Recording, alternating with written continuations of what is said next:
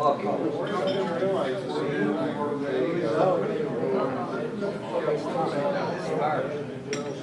of these places.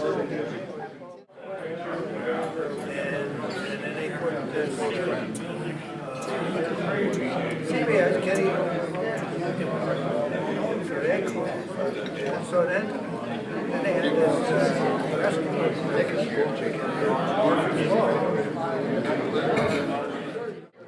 If I can have your attention, please, for just a couple of seconds, and then we'll proceed on to dessert and enjoy the rest of this good lunch. For those of you who don't know me, I'm Cindy Chermak, and social chair for the organization. For the first couple of minutes here, I'm going to be Carl Chermak. I apologize for that. He should be running this meeting, but he's off working. This is the annual meeting for the Syracuse Elfun Society chapter, and per our bylaws, we do have to hold an annual meeting. It's going to take me about 30 seconds to do it. Essentially, everything you need to know about the organization in our past years in the program, and by the way, thank you, Steve Oyer, for doing this nice program. Essentially, we are still one of the few Elfun chapters that are rolling and doing events. Last year, we did several events. We did our merry-go-round playhouse. We did a Skinny Atlas luncheon cruise. We went out and saw the White Deer tour and had lunch at Bellhurst Castle. We went to the Oneida Community Mansion and had lunch there. We moved the Christmas party from Lakeshore to a luncheon at the in-between, and we'll do that again next year. And we had the senior annual meeting luncheon. So we're still active and still rolling. The financials are in here. You'll see that we started with, we took in $6,400 from events and dues and that sort of thing, spent $7,400, which means we depleted $5,000. Where that $1,000 goes is our insurance, our mailing costs, our printing costs, that sort of thing. We still have $6,500 in the treasury, so we're still solvent as well. Anything else you need to know? By all means, just ask me after the meeting or ask Carl, but essentially that's it. There is a little bit of business. Your dues are due on July 1st, I believe it is, and if you've misplaced your form, there are some at the reception table. 2 officers are standing for re-election, Carl being one of them and Neil Shantz. And so if you could make sure that your ballot goes in as well, that would be wonderful. And let me also say we would welcome additional board members. We would love to have you. There isn't a lot of work to it because everybody on the board knows their jobs and does the jobs well, but more hands make it a whole lot easier and a whole lot lighter. So if you're interested in a position on the board just to attend the meeting and give us advice, we would love to have that. So now I'm done being Carl and I'm back to being Cindy. This year, so far, we have Merry-Go-Round Playhouse in South Pacific. That is in August, and the flyer is up there. The reservations are rolling in. I have a hard deadline of June 1st for that, so get your reservation into me. I'm going to give the final count and deposit your checks on June 1st. In mid-July, we are going to the Syracuse Mets ball game rather than the Syracuse Chiefs. It's the same thing. We have our nice seats. We have the $5 in food. It is Kids Eat Free Day, so if your grandchildren come along, they get the ice cream and the hot dog. And then I have 2 events in planning stages. We're going to go up to Paul de Lima in Cicero, have a free cup of coffee, and they're going to give us a presentation on the coffee and show us around their museum. They have a museum there that is about the size of this room. And then we're going to go over to Lakeshore Yacht and Country Club, which has a new name. Nick, what is the name now? Lakeshore 1860. Lakeshore 1860. Lakeshore has just done a multi-million-dollar renovation, and Nick has arranged for us to have a luncheon there in our ballroom where the Christmas party was. They've taken down the curtains. You can see the water. They're going to set up kind of a picnic lunch for us inside, and if it's nice, we can take it outside and eat it. So that's going to be a nice event, end of July, early August, and that information will be out shortly. And then I have planned for us a day in Auburn come this fall. We're going to go to the Willard Chapel and have a tour of it and have a private organ concert at the Willard Chapel. Going down to the new Welcome Center in Auburn, where they're going to gather us up and let us sit down, and the people from the Seward Mansion are going to come in and orient us, and then we're going to go tour the mansion. Don't worry that the upstairs, there's no elevator, but for somebody who doesn't want to go upstairs, they're going to provide seating, and they're going to let you, they're going to curate it for you downstairs. Then we're going to go to the Springside Inn for a nice luncheon after that. So I've got a couple of things rolling, watch for that, and please sign up for events, the more the merrier on that. Are there any questions or comments or anything? I don't know if we can go back to Carl's role. Oh, yes, we can. Instead of losing $1,000 a year, why don't we charge $5 more for membership or whatever? That, I'll take that to the board. That's, you know, and the membership is $15. I'll tell you guys, you attend one event, you get that back because of the way we negotiate it. We've also, what has happened in the past, the big Christmas party used to be big on the budget. But I will take that back to the board, and also, you know, maybe not subsidize the events quite so much. But yeah, we're solid. Maureen? No, I just said yay. Okay. Thank you. Are people in agreement with that? Is $20 for dues out of your budget? Not bad? All right, I'll take that to the board. Carl will take that to the board. All right. Any other questions or comments? So enjoy your dessert. In a moment, our speaker will come up. We are happy to welcome Ed Bogucz, I hope. He was the dean at the College of Engineering at SU and now runs the Center of Excellence. The information is on the back here, therefore you can find out everything you need to know about him. And as he told me to tell you, he needs no introduction. We are very pleased to have him here to address us, and I hope you give him a nice warm welcome and enjoy the presentation. Thank you, everyone. At events at the Syracuse COE, I want to extend the invitations to all of Ed's friends here. Ed can tell you about what we do, and Fred Wenton has come to some events, and I've known Fred for a very long time, going back to early days at Syracuse University. So it's my privilege to be here. I want to thank Cindy and Carl for inviting me. I don't know if Ed was the one that maybe suggested that I could be your speaker. I'm always welcome the opportunity to interact with folks who have worked in key companies in Central New York, GE especially. I'm going to give a presentation about what I know about the history of the region, and I hope I'm going to. You know, I've already learned things at the table with Steve. I want to thank Steve for sharing some of his insights into the history, and I look forward to hearing more from all of you. So, let's see, we have somewhere we're going to dim the lights, yes. Right?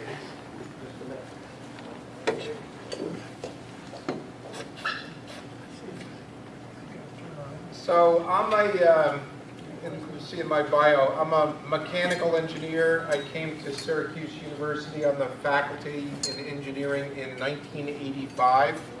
I served as dean from 1995 to 2003. And over the years, I've come to be fascinated by the history of the region, especially related to mechanical engineering, but more broadly with engineering. And I love to talk about the history of the region.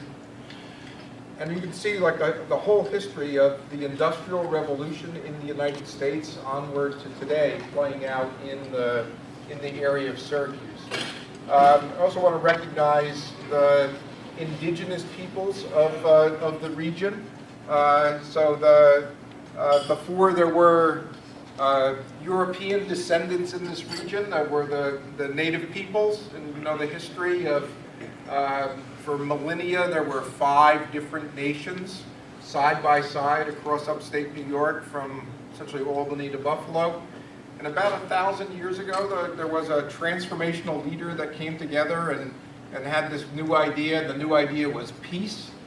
So those 5 nations came together and formed a confederacy, the Haudenosaunee. And in the founding of that confederacy, the leaders were instructed that in all of their decisions, they needed to consider the impact on the 7th generation in the future.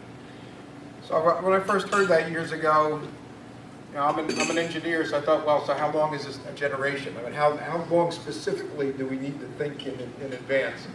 And I thought, well, maybe it's, say, 30 years. And the interesting thing about the region is, you look at the history in the region,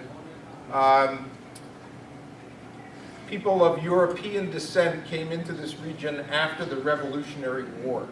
In fact, at the end of the Revolutionary War, one of the consequences of the Revolutionary War, obviously the United States is separating from Britain, but all of the native peoples from this region were essentially removed from this territory, and the land was paid to soldiers from the Revolutionary War for their service. So this is a map of the central New York region and all of the property that was subdivided and paid out to either Revolutionary War soldiers or was sold. So essentially all of this area was populated after the Revolutionary War. And if you accept that if a generation is 30 years, then today we are literally the 7th generation from the first European settlers in this region. So first non-native residents in the region, actually know their names. Doug Danforth, Comfort Tyler, and Ephraim Webster came into the area of Syracuse. And then these are milestones over the years in 30-year increments of things that happened. So Erie Canal opening, City of Syracuse incorporating, Syracuse University founded, some key companies, Franklin Auto at Syracuse University, the L.C. Smith College of Engineering, GE coming to the Syracuse area in the early 40s. In your program, you're recognizing Electronics Park announced or the intention to create Electronics Park announced in 1944. And that was realized in 1948, or at least it was announced to the world. And then some other key things that we'll talk about. Syracuse University starting something called the Syracuse University Research Corporation in 1957. It was started at Syracuse University by a vice president from GE, W.R.G. Baker. And then that corporation was spun off as SRC in 1972. Intersecting the history of your time with General Electric and this history in central New York. So Thomas Edison, his first patent for the first light bulb was 1878. Thomas Edison was like our pioneering serial entrepreneur, and he had lots of different companies. So there was the Edison Illuminating Company that was sold the service of light in Lower Manhattan, was established in 1880, and then multiple of Edison companies were consolidated and created the Edison General Electric Company in 1889. And actually those parts of GE are going to intersect our story, and in particular the story that involves Willis Carrier in a really interesting way. So now back telling the story of central New York. So after the Revolutionary War, lands are given to soldiers. Some soldiers settle on them, some soldiers sell the lands are populated. There's a mayor of New York City named DeWitt Clinton, and he has a crazy idea of digging a ditch across upstate New York, 363 miles, to connect the Hudson River to Lake Erie. He becomes governor of the state of New York, and when he's governor, he pushes for, this is his agenda, we're going to create this thing, the Erie Canal. And the Erie Canal is constructed between 1817 and 1825. So the Erie Canal connects the Hudson River to Lake Erie, and then there's a whole system of canals across upstate. It transformed the state. It transformed central New York. It transformed the state. It transformed the country, and it transformed the world. At the global scale, The construction of the Erie Canal opened the Midwest to trade with Europe. So if you wanted to ship goods between the Midwest and Europe, you entered at the port of New York, you went up the Hudson River, you came across the Erie Canal, and you got to the Great Lakes, and now you're in the Midwest. That changed the fate of New Orleans, which was, at that time, the entry of access to get to the Midwest up the Mississippi River. So if we look at, if you go on the Erie Canal towpath, so this is over by Kirkville Road, there's a sign next to the towpath, and it talks about the construction of the canal being, it says a college of American engineering. It was actually the College of American Engineering. So engineering as a discipline in the United States started with the construction of the Erie Canal. And there was a fellow named Benjamin Wright. And Wright is actually recognized as being the father of civil engineering. Look up in the civil engineering was the person who pioneered the engineering of systems, of civil systems specifically associated with the canal. And there are others. There's a key figure in the development of the canal was named James Geddes. Of course, we have Geddes locally. Materials coming from key areas. Chittenango was a significant source of materials that led to concrete that was waterproof. So with the construction of the Erie Canal and the population of the region, we know the people that moved in right at the beginning, and we can trace their descendants to today. So one of the first residents in the region was named Gear. There were three brothers who moved from Connecticut: William Stanton Gear and his brothers Robert and Charles. And they moved to land where today is the state fairgrounds. So William Stanton Gear had so some part of the story that I don't know is, did they know the canal was going to go through their property? Or did they pick the property because they knew the canal was going to be there? So, but the canal went through, Erie Canal went through their property, and actually there was a lock there. And a lock is an important place on a canal because the boats have to stop. So on their property there was a lock. They built a store, and that was a significant place of early settlement. William Stanton Gear had a son, James Monroe Gear. He had a son, James Brewster Gear. He had a son, William Anson Gear, who got a degree from Syracuse University in civil engineering in 1884. He had a son, William Stanton Gear, who graduated Syracuse University in 1917. And William Stanton Gear was one of the three founders of the company that today is known as OBG, part of Ramble. So this was O'Brien and Gear, which just in January was acquired by a Danish firm, Ramble. This is a artist drawing of Syracuse, bird's eye view of Syracuse in 1874. So the bird is over the west side of Syracuse, looking to the east. This is the Erie Canal. So this is today Erie Boulevard. This is the Oswego Canal, right here at the intersection of Erie Boulevard and Oswego Street. The Oswego Canal went north to Lake Ontario. The whole reason for Syracuse being here is because of the intersection of those two waterways. It's like Pittsburgh. It was like three rivers. It's like you had to have, it was an intersection of two rivers, man-made rivers, and there just simply had to be a settlement there. One of the reasons was there was a toll booth. So today, the Erie Canal Museum, that was the toll booth, and the toll booth was at the intersection of those two canals. Well, they're waiting. What's that? Where they weighed them? They weighed the boats. They put them in a scale. You know, the boat went into the weighlock chamber. There was a cradle. They drained the chamber, and the boats sat on the cradle and they weighed it. And there's actually an engineering story about that. You know, we could do it. We could weigh boats in a different way by the displacement of water.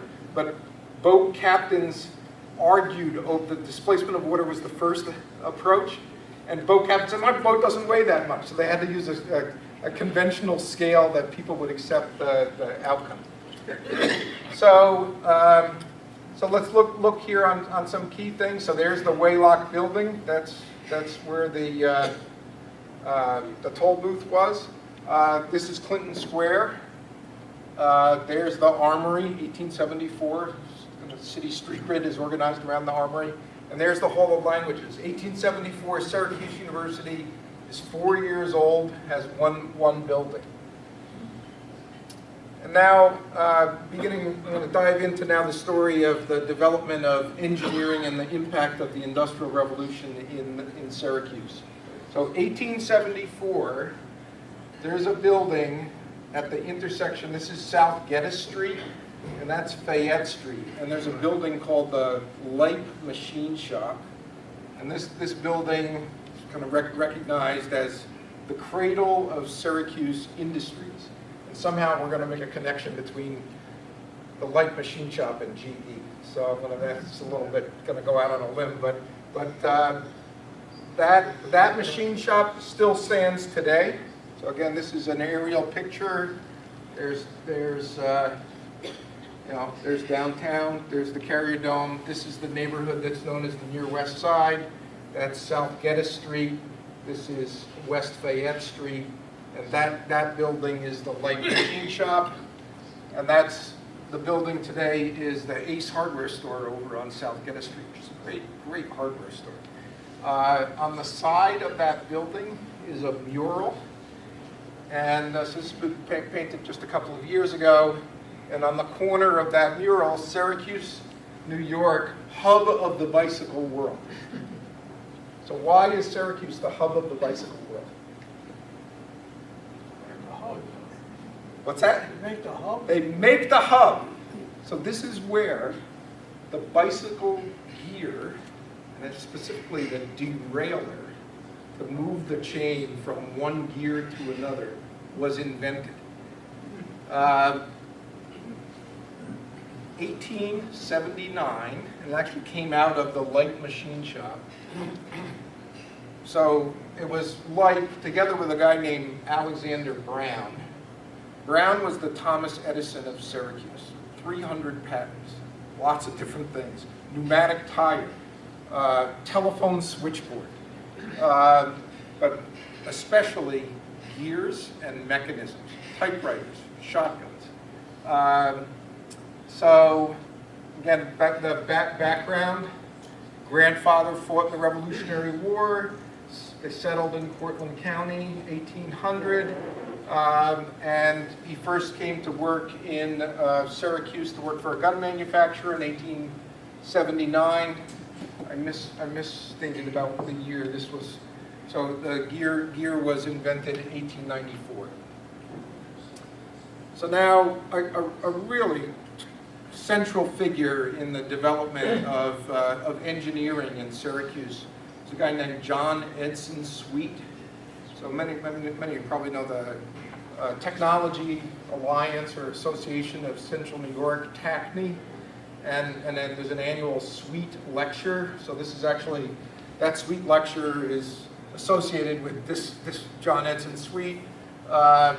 So Sweet was born in Pompey in 1832.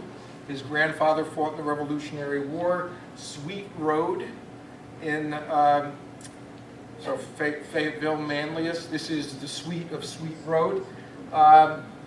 His first training was as an architect, and you know one of his buildings. Orin Church on Cazenovia Road. So if you look above the door, Pleasantville Society Free Church erected September 1st, 1851, J.E. Sweet architect. He's 1851, he's 19 years old. And this is like his handiwork, and it's still standing today. You know, we drive by it all the time. So his prominence in mechanical engineering was he was the founder of this organization, the American Society of Mechanical Engineers.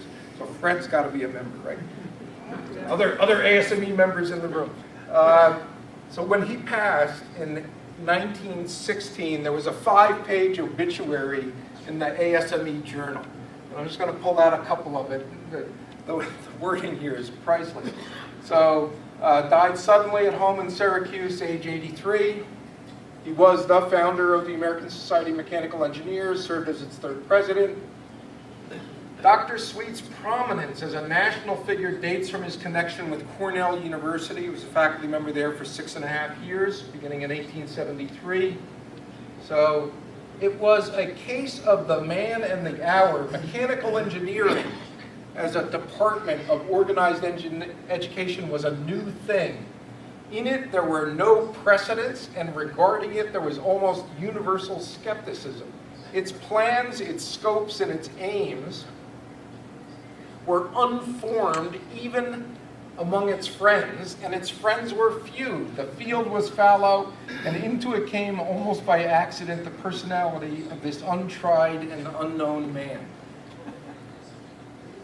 So it goes on, and actually in his obituary, they reproduce,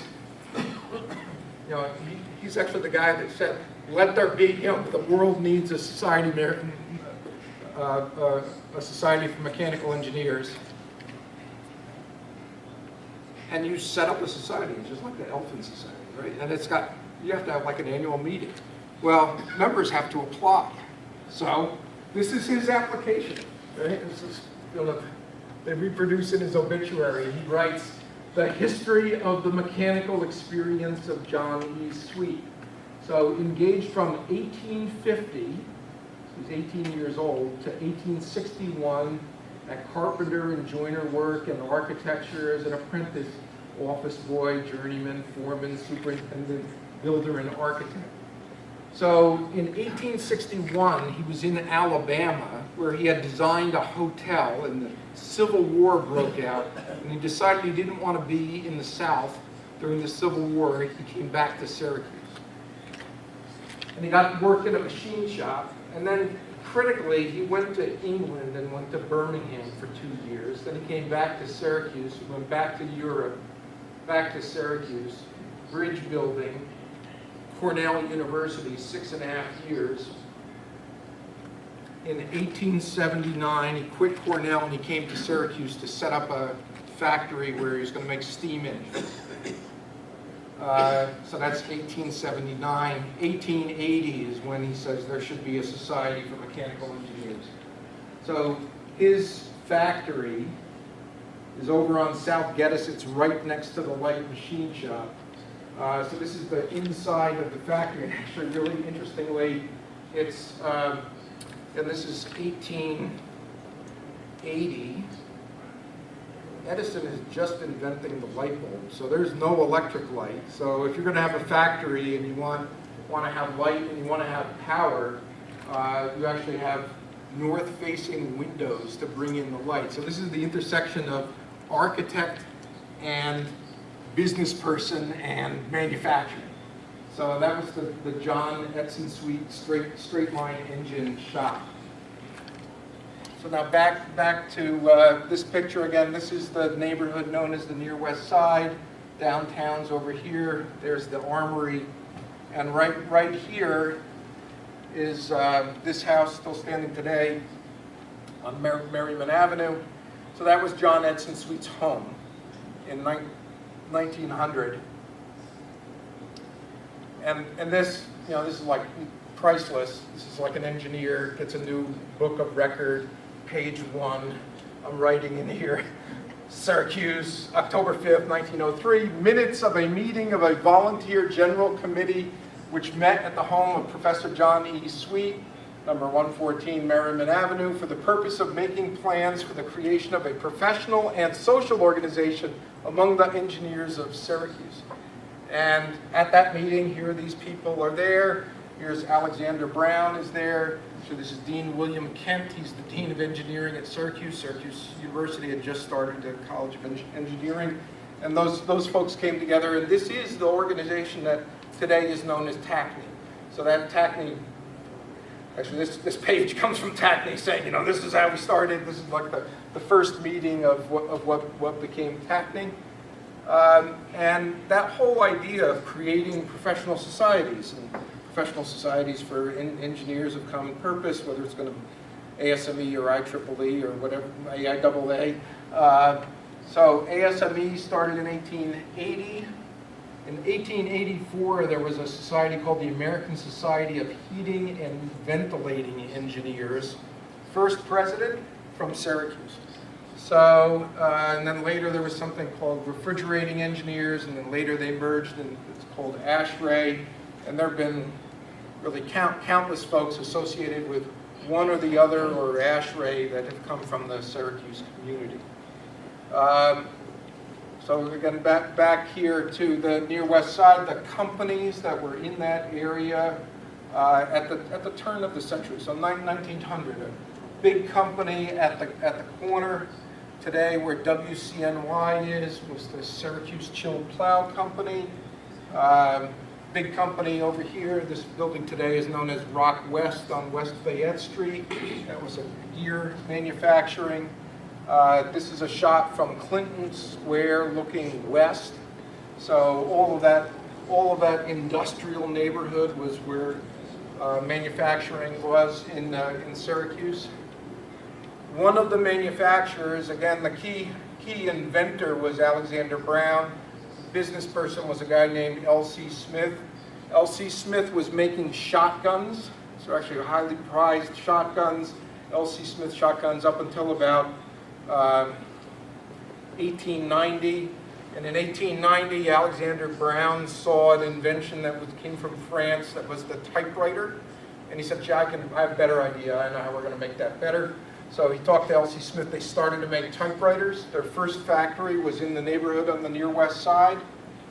And then the story I like to tell is L.C. Smith went to the chancellor of Syracuse University and said, "You know, my company needs mechanical engineers.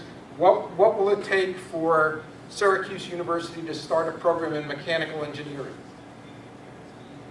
So the deal was $75,000 in 1901. $75,000 in 1901 looks like that. That's Smith Hall. So with $75,000, Syracuse University builds Smith Hall and starts the L.C. Smith College of Applied Science. And later, L.C. Smith needs a bigger factory. And the land in the near west side there wasn't available land, so he came to the near east side at the intersection of Almond Street and East Washington Street. It's where the Syracuse COE is today. He built a 325,000 square foot building, factory, which later Smith Corona occupied until the 50s. And then Smith Corona moved to Cortland. And then that building became the birthplace of Onondaga Community College.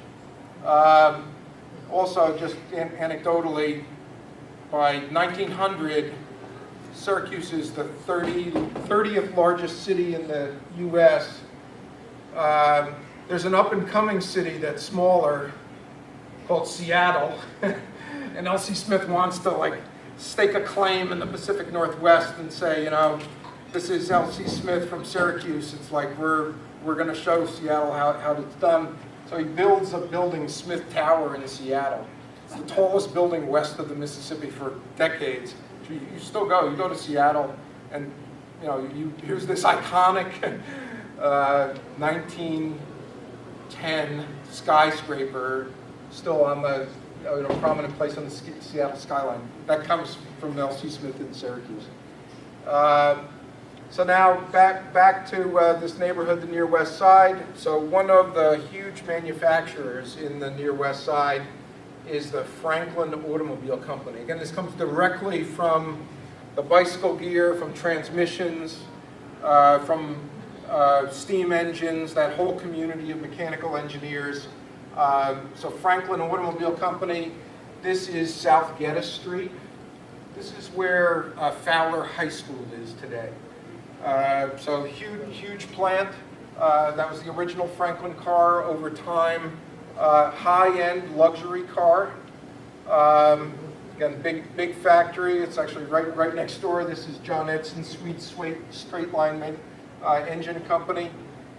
Used to go to the site. There's a historical marker. It tells the story of the company. Go around the other side. There's a list of milestones.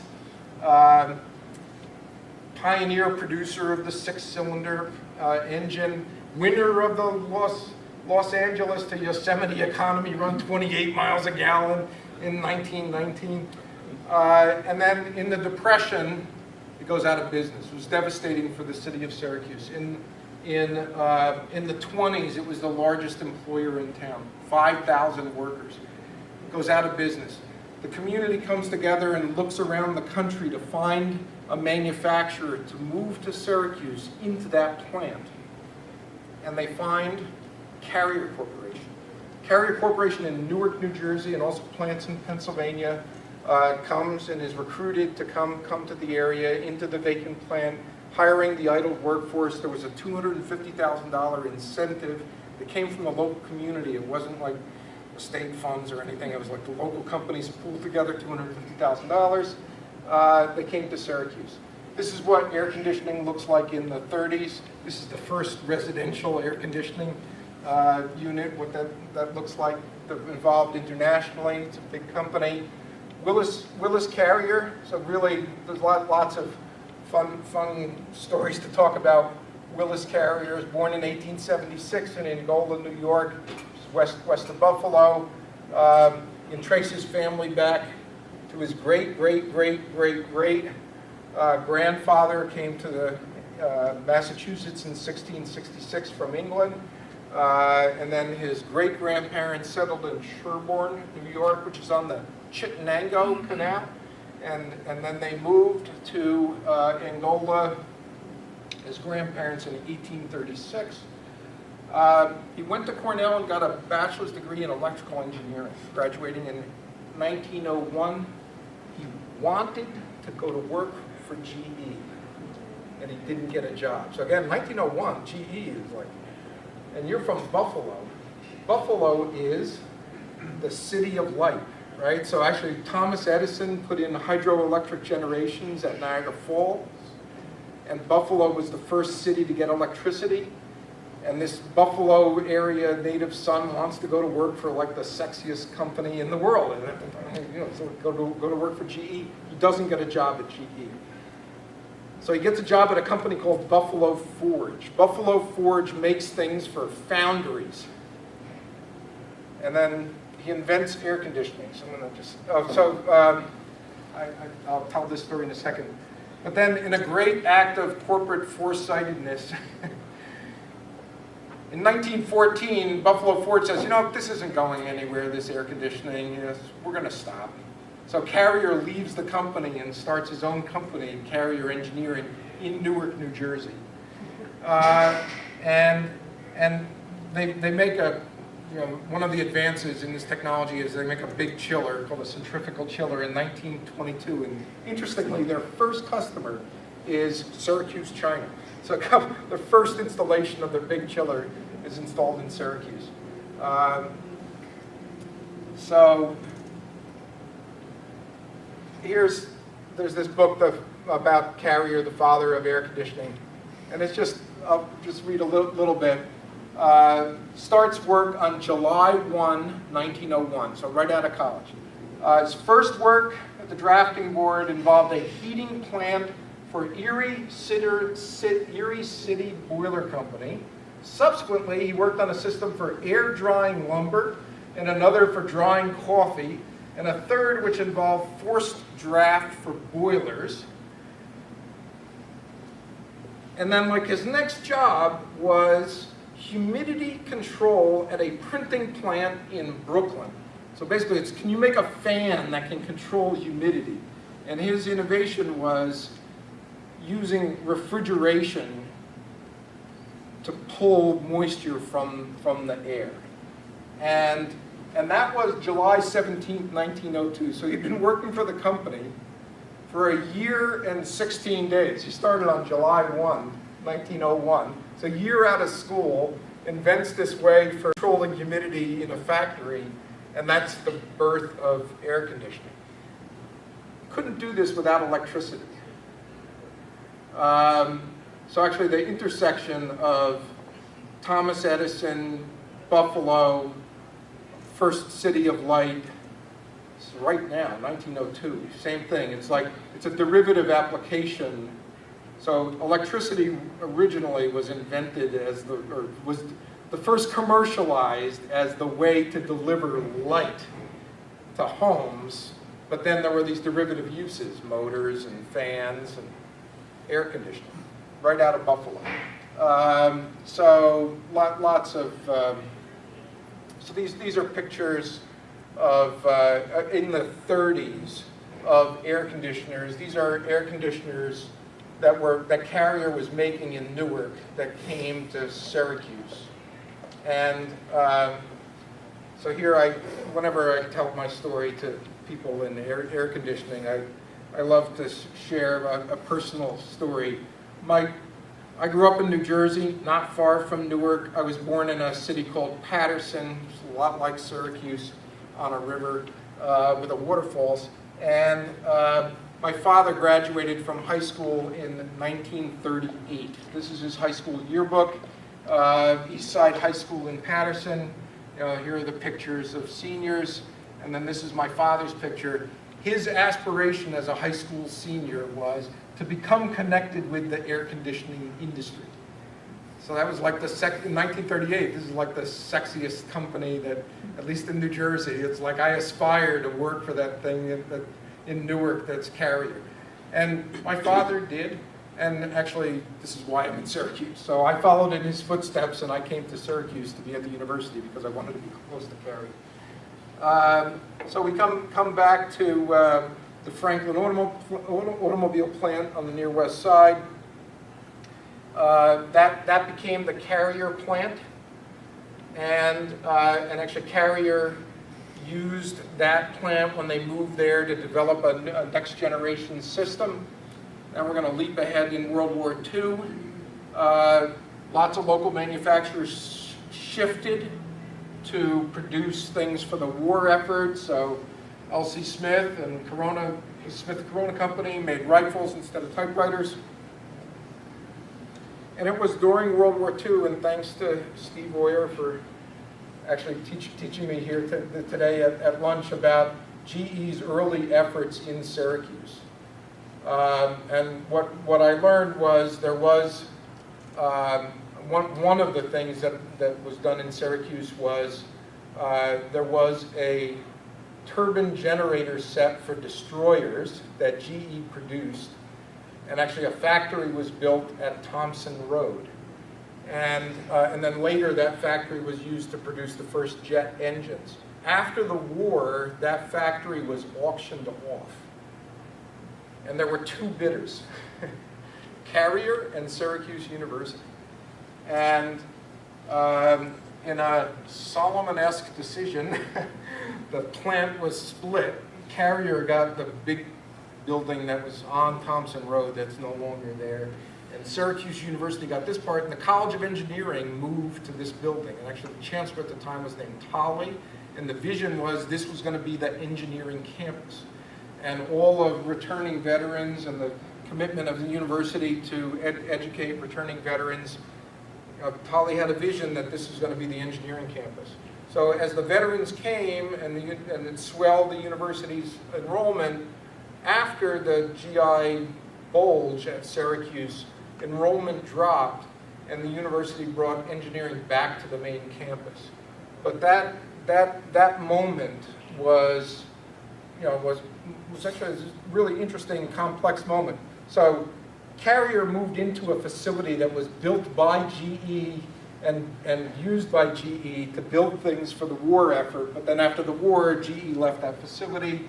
Carrier moved away from the near west side, and then there's a whole kind of story about the background of the consequences. And then, of course, at the same time during the war, so in your program, Electronics Park announced in 1944.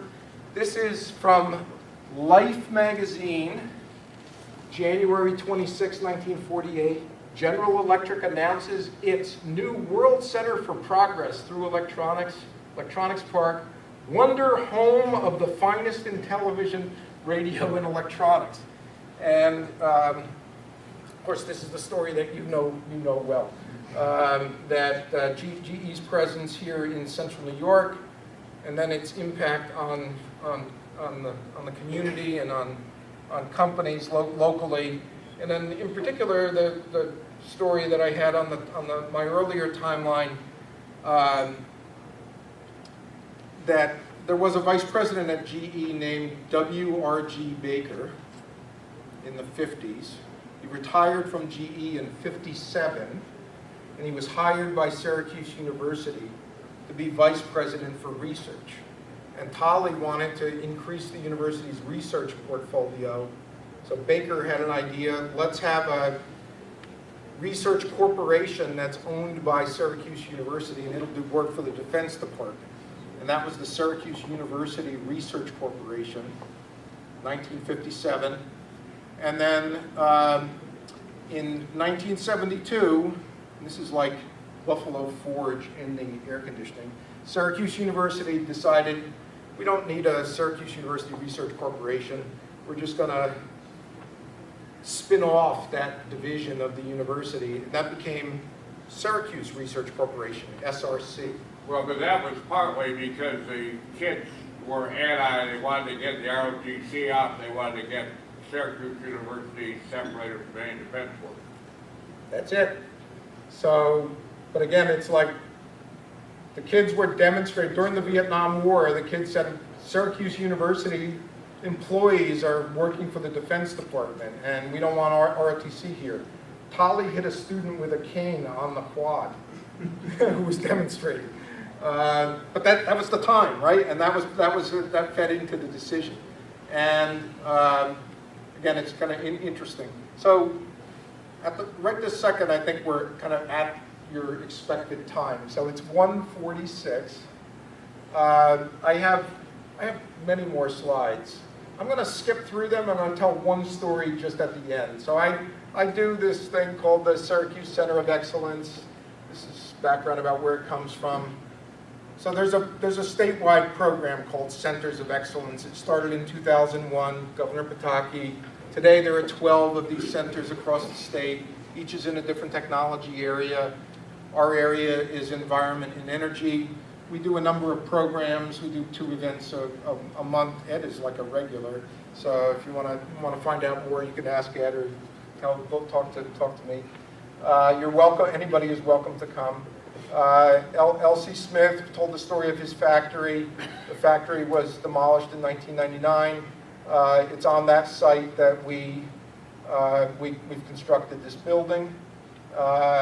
This is the day we opened the building. That's the president of Carrier. There's Willis Carrier looking over our shoulders.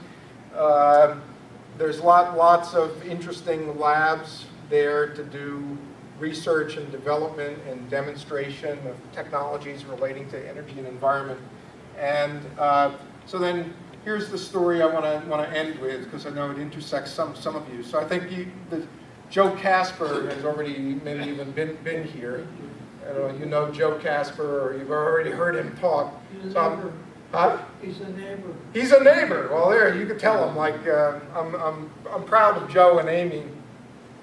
This is my standard deck of slides where I go out and tell people. Say, so what's the Center of Excellence? What do you do? I say, well, we help companies commercialize new technologies. So just in like 2 minutes, I'm going to give you, remind everybody the Joe and Amy Casper story. So grew up in Baldwinsville, met I think in nursery school, and got married after college. Went off and worked around the country, Texas and Washington State, New Hampshire, came back to Syracuse, worked for Lockheed Martin, and then in 2010, they have an idea that they want to make LED lights. They move into the technology garden in 2010. They make their first light in 2011. They actually get funding from the Center of Excellence, helps them develop the first light. This is Joe actually in my building talking about, well, we took your money, we made this light, we're doing this great thing. And then, so from April 2012, Syracuse COE installed in our high bay lights made by Ephesus. And it turned out the War Memorial had a problem with lighting. And Joe brought them to my high bay and said, see, we can make those lights. And the War Memorial said, could you make LED lights and put it up in the War Memorial? And the conventional thinking at the time was, can't do it. But Joe said, sure. So this was the first place in the world that LED lights were used to light a sports arena. October 2012. In February 2013 was the Super Bowl in New Orleans, when there was a power interruption for 30 seconds. And that 30-second power interruption caused a 33-minute delay in the game because the lights had to cool off before you could start them up again. So, mercury lights, right? So the next day, a reporter for the Post-Standard called Joe and said, if they had your lights at the Superdome, you know, what would have happened? And Joe said, they'd come right back on. So Syracuse's bright idea could have saved the Super Bowl. That was in the Post-Standard. And actually, this is Joe's writing, time to win the Superdome. So because that story was in the paper, they got a call from the University of Phoenix Stadium. Tell us about your lights. So in May 2014, Joe calls and says, can I bring a light and put it on your building and shine it down in your front yard? Yeah, sure. So here's the light, and then there it's shining, and that's the spot in front of the building, and that's actually Joe and Amy and a guy named Jeff Schuster, and they are measuring the light. And they were really happy, and they didn't tell us why they were so happy. But then we learned later that, that they knew that night that they had designed a light that would light the Super Bowl. So they went into production. You know, that was their proof of concept test. They went into production, and on September 21, 2014, their lights were in the University of Phoenix Stadium, and then the University of Phoenix Stadium hosted the Super Bowl in February 2015. That was this crazy game that the Patriots should have lost, but they won because there was an interception right at the end of the game. And that was also the game where there was this performer at halftime, and that performance is known because of this particular routine and the behavior of the left shark. But the fascinating thing about that was this was never before seen, in that the halftime show, when the performer came out, the whole place was dark. And there was this one spotlight that's down on her.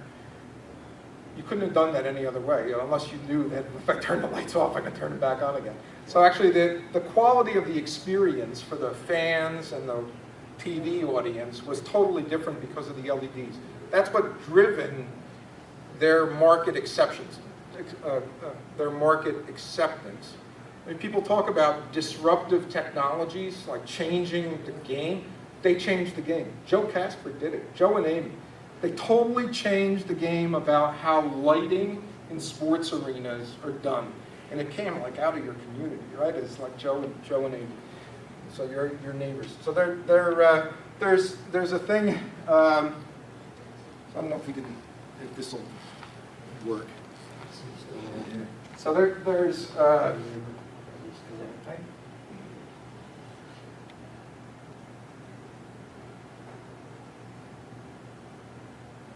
okay. If you can remember this, Presley scores lights flash. If you just put that in your search engine, Presley scores lights flash. There's a video of the first touchdown that was scored in the US Bank Stadium in Minneapolis during a preseason game. It's hilarious. You know, the announcers are announcing the game, the running back gets the ball, Presley's running, they're announcing he's running.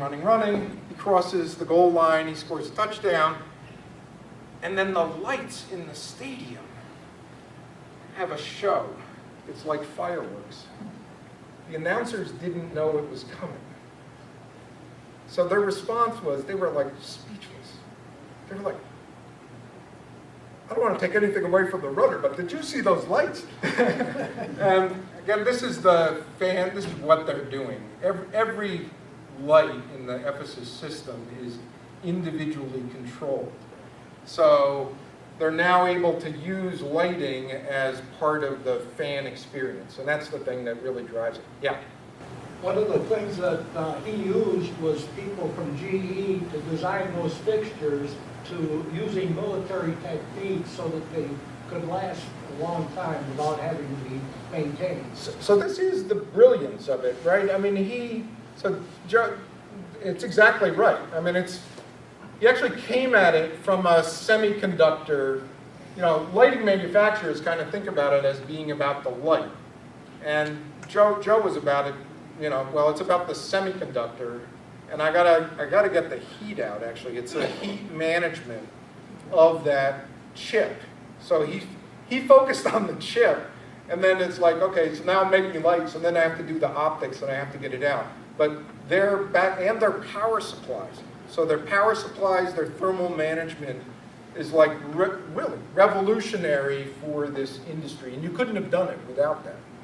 And that goes back to, in the War Memorial, they said, could you do this? And Joe said, yes. Of course he didn't know. But I think the conventional wisdom was, well, we can't, because there's like too much heat. We can't get the heat out, right? So, but they figured that out.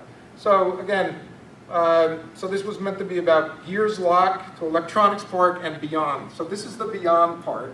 And this is what we do at the Center of Excellence. And we help companies, and we build on the strength of the local community for innovation relating to energy and environment. And a lot of that strength is here in Central New York because of GE and because of all of you. So it's, again, my pleasure to be here.